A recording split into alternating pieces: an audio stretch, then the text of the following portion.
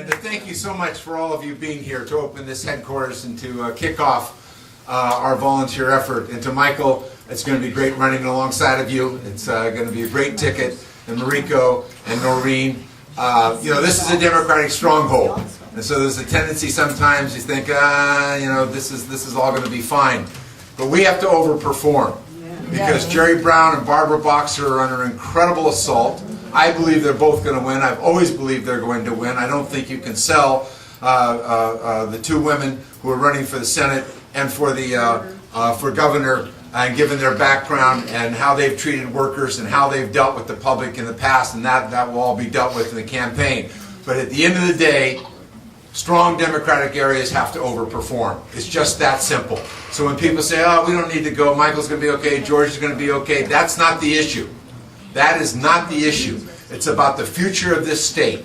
And we see out of the mouths of the Republicans all of the time what they want to do. And it is about going back to the past.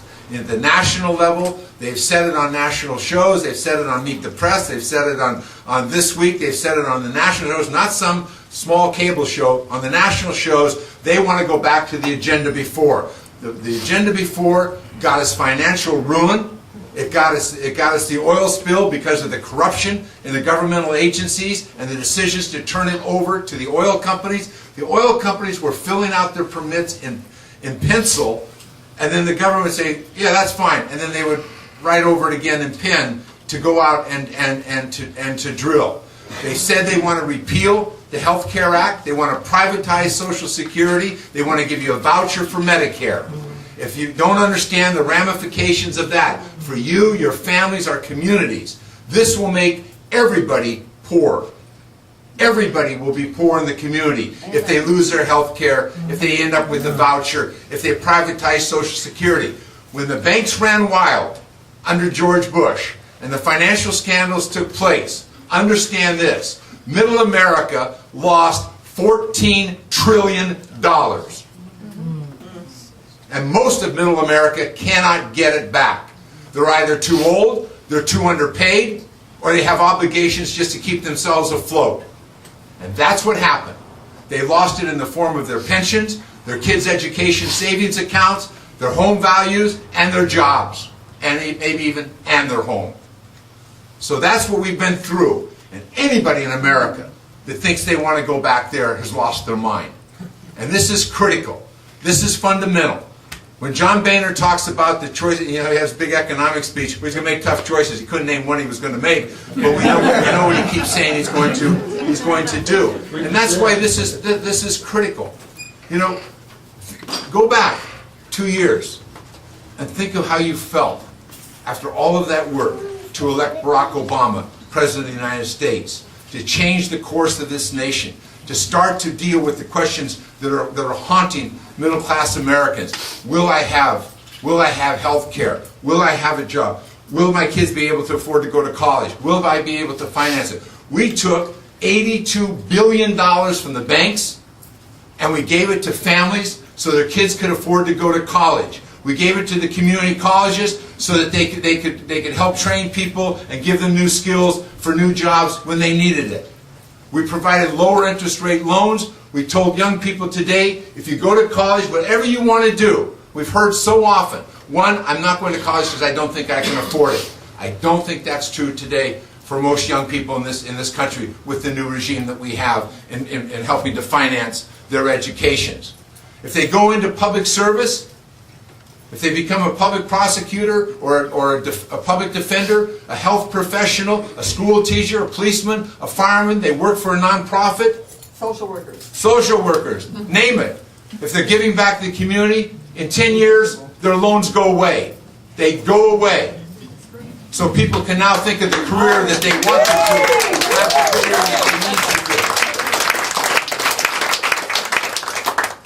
do. And that's what we did instead of giving what was identified as wasteful subsidies to the banks by George H. Bush, by Bill Clinton's administration, by George W. Bush. This was the president that had the courage to say, well, if these are wasteful subsidies, let's put them to use on behalf of families.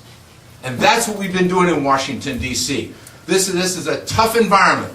The financial ruin the financial ruin that was created by the criminal activity of so many financial institutions in this country, the risk-taking that was beyond the pale of anything we had ever seen before.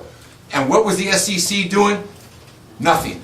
What was the Federal Reserve doing? Nothing. Telling us, well, this was a new economy. Everything has changed. No, it hasn't. It's a basic economy, and working people got screwed. So we've got to understand that, and that's what this fight is about.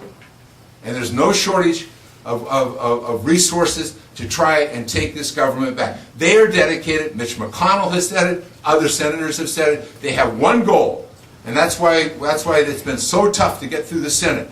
Their one goal is the failure of Barack Obama. They believe, and they have said, the shortest route to power for them is through the failure of Barack Obama. I didn't agree with George Bush. I didn't agree with his father.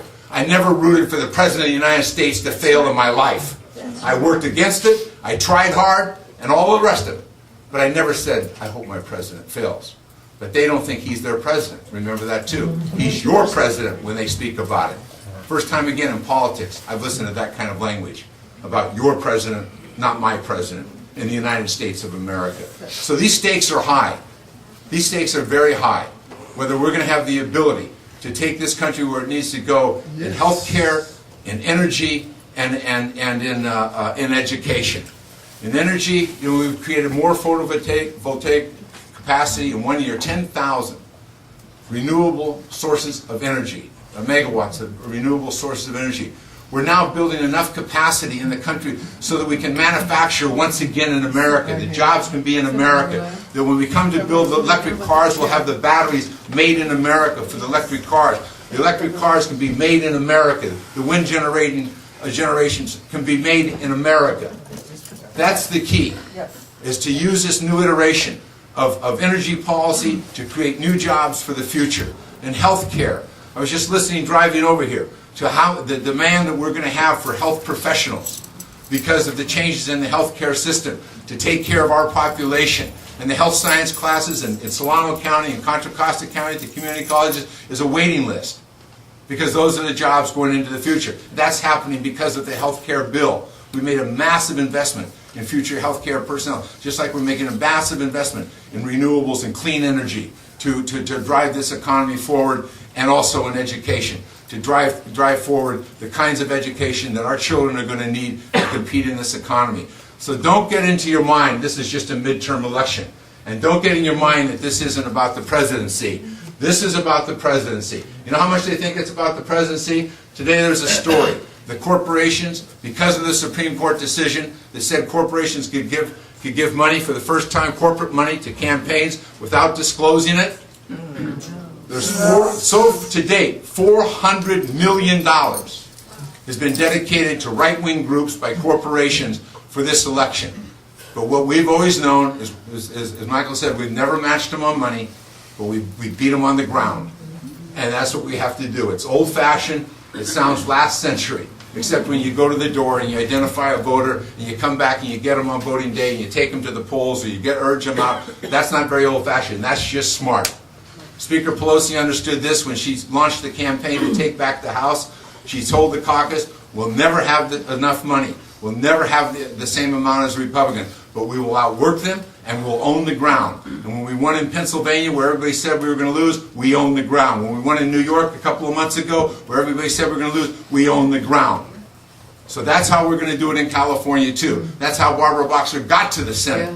She owned the ground, and all of her, if you'll remember back to the primary, they owned the TV. You couldn't watch where they weren't beating up on her. But that gal is the toughest campaigner I've ever served with. And we owe her the same kind of obligation that she's giving back in this campaign. So I'm so excited about the opening of this headquarters, and about those of you who are here, and those of you who are going to go out and get others to come here, and those people who are going to go out and knock on other people's door and make the phone calls on our behalf, and we're going to join you. Michael's going to join you, Mariko's going to join you, Noreen's going to join you, and we're going to participate, and we're going to overperform in this district. Thank you so much.